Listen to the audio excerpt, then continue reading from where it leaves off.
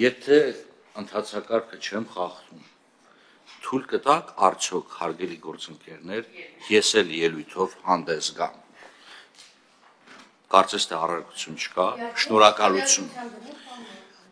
Հարգելի գործընկերներ, գիտեք, որ պետաերավական հարցերի մշտական հանձնաժողովը շարունակել է ամանալ անկախ դիմադիր թե ընդդիմադիր իմ գործընկերների կարծիքների հարթակ, որտեղ հնարավոր է հնչեցնել ցանկացած միտք, բացառությամբ վիրավորանքի եւ զրպարտության։ 1. Չկա որևիցե հարց, որը պետաերավականը կուսկելու է։ 1000 անգամ խոսել ենք նրա մասին, որ ռեգլամենտն էլ մեր մոտ շատ ողջամիտ է, որովհետեւ սա միակ տեղն է, որտեղ հնարավոր է ցանկացած նախագիծ բովանդակային եղանակով քննարկել։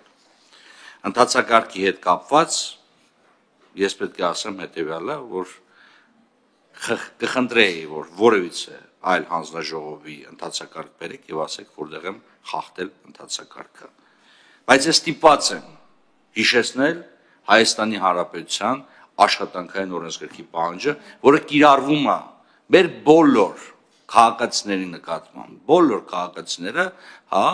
որոնք օգտվում են դրանից։ Եվ աշխատանքային օրենսգիրքը ասում է հետևյալը. առանց հարգելի պատճառի գեթ 1 օր աշխատանքի չներկայանալը հիմքի անձին աշխատանքից ազատելու համար։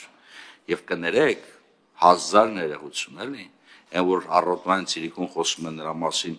ով ինչ կանա պետական բյուջեից ուտում եւ գործողումներ գտնվում եւ այլն, ես պետք է արձանագրեմ հետեւյալը։ Իսկ օրինակ նորմալ ենք համարում, որ մենք տարիներով չեն գալիս հանձնաժողովներին նիստում։ Լավ, չեք գալիս, ոչինչ ձեր գործն է։ Բայց ինչ գումարներով եք գոյատևում, որտեղ ամեն անգամ չգալու համար պատգամավորը տուգանվում է եւ այլ եկամուտի աղբյուր պատգամավորը չպետք է ունենա օրենքով սահմանված եղանակով։ Բայց սա չի վերաբերում նախագծին։ Ես ունեմ առաջարկներ հայտարարության վերաբերյալ։ Ես առաջարկում եմ հայտարարությունը անվանել հետեւյալ կերպ։ Ուր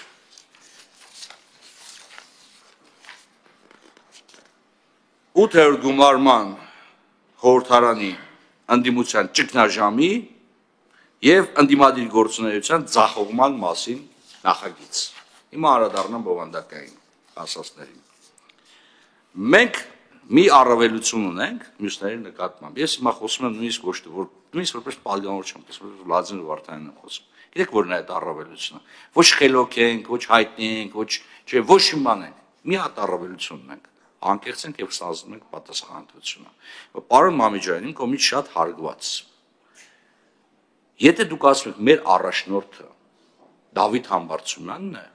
ես կարող եմ արձանագրեմ, որ Հայաստանի Հանրապետության կուսակցության առաջնորդը Դավիթ Համբարձումյանն է։ Այո, որովհետեւ խորհրդարանական երկրում, եթե ես ասում եմ, որ սա է առաջնորդը, ուրեմն դա էլ առաջնորդն է։ Երկրորդ Ցավոք մեր չես տեղապարում Էլֆյան։ Ես կարող եմ արձանագրեմ, որ Դաշնակցության առաջնորդը եւս Դավիթ Համբարձումյանն է։ Ինչու՞ չէ։ Որովհետեւ դուք բերել եք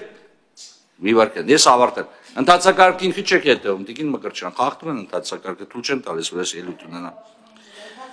Դրել են չէ, դուք էլ եք ընտրել կամ չեք ընտրել, դա առանձին խնդիր է։ Հիմա ես հետեւյալ հարցն եմ տալիս։ Եթե Դավիթ Համբարձումյանն է, օրինակ արձանագրենք, որ այլևս ոչ Ռոբերտ Քոչարյանը, ոչ Դաշնակցության ղեկավարները, ոչ Հանրապետության նախագահ Սերժ Սարգսյանը, այլևս չեն հանդիսանում ձեր քաղաքական առաջնորդները եւ քաղաքական առաջնորդ Դավիթ Համբարձումյանն է։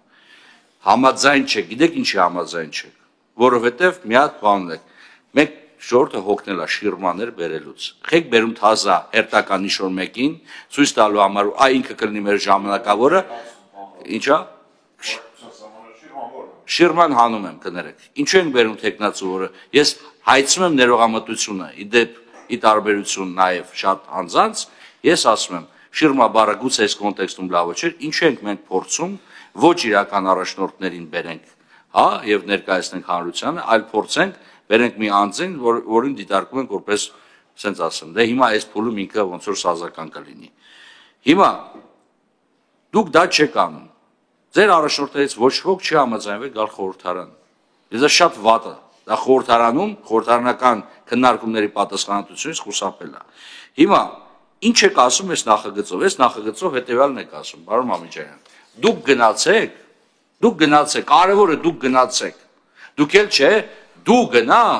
մենք հետո կորոշենք։ Տենցա, ուրեմն խնդրում եմ նախագծի մեջ ավելացնեք նաև ձեր վարչապետի տեխնացուի անունը դրեք քվեարկության։ Չի կարելի սենց։ Հիմա Պարոն Մինասյանն այստեղ չի, պետք է անդրադառնամ ճամբարների հարցին, այո, Հայաստանում ճամբարներ չկա, այո, դա հաջողություն է, այո, Ղարաբաղի մեր եղբայրների եւ քույրերի բռնի տեղահանությունը անընդունել է եւ ողբերգությունը, բայց ողբերգության վրա որևիցե մեկը քաղաքական դիվիդենդներ պիտի չվաստակի։ Բայց մի բան էլ պիտի ասեմ։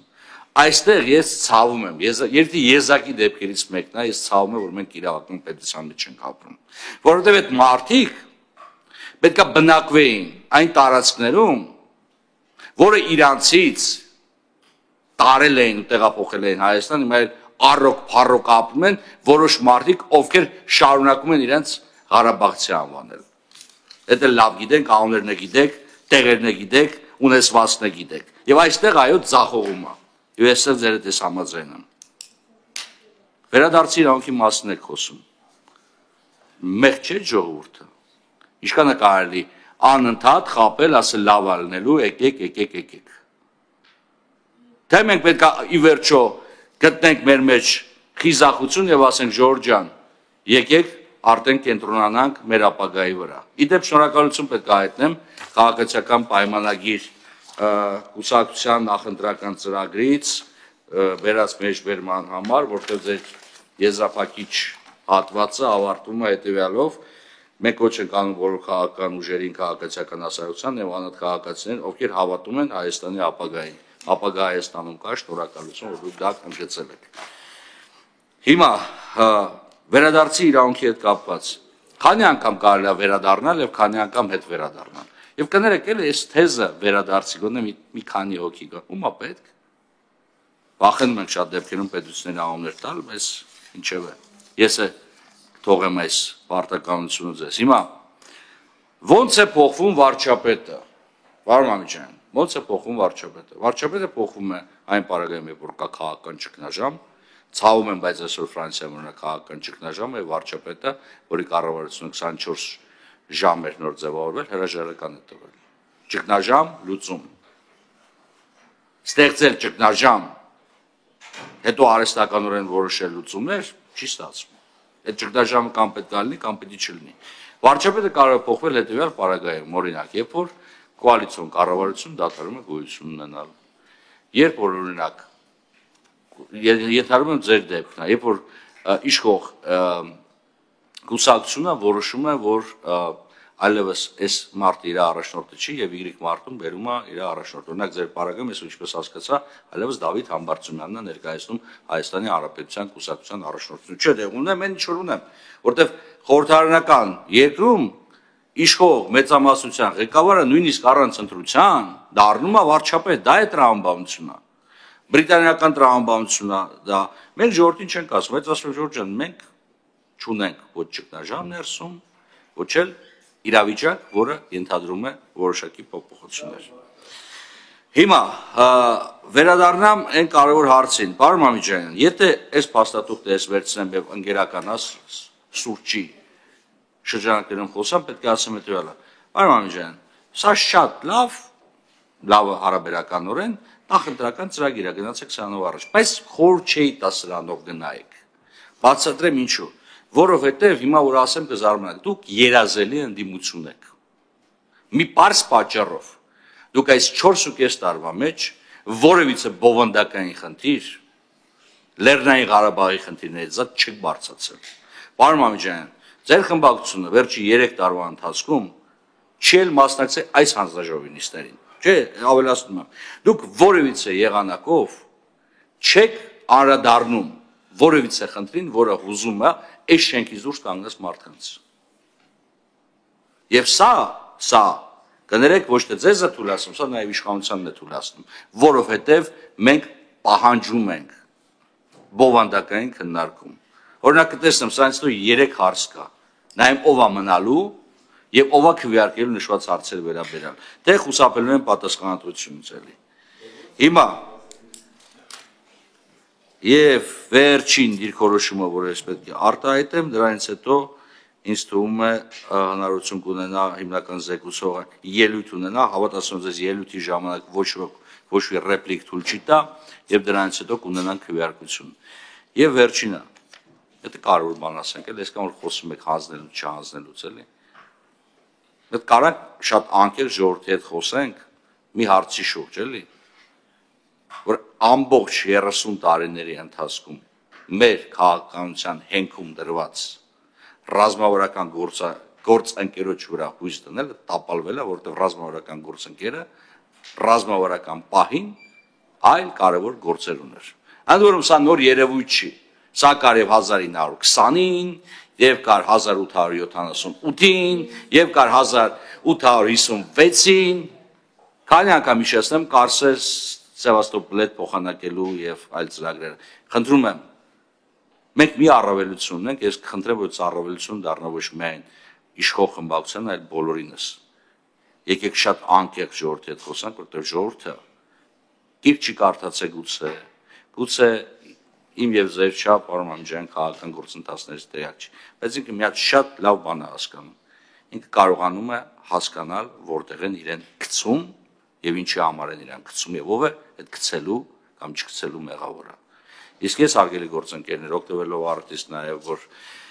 Արաքից զեկուցողը այստեղ չի, բայց մենք քննարկել ենք եւ ես նաեւ գիտեմ իր դիրքորոշումը, կոչ եմ անում ձեզ դեմ քվեարկել նշված նախագծին, որովհետև վարչապետին անվստահություն հայտնելու գործընթացը այլ ընթացակարգով է անցնում, այլ իրավական ընթացակարգով Տիկին Մկրտչյան, իսկ այս հայտարարությունը, որ անհրաժեշտ է լսումները կազմակերպելու համար, մենք ընդունել ենք գիտություն, բավականին արդյունավետ քննարկում ենք ունեցել, ավել պակաս կներեք, բայց ես առաջարկում եմ այս նախագիծը մերժել։ Այսքանը շնորհակալություն հարակից զեկուցողի տեսանկյունից բան չեմ ասի, ես դիտարկեք սա որպես հարակից զեկուցողի ելույթ եւ փոխանցեմ խոսքը եզրափակիչ ելույթի համար պարոն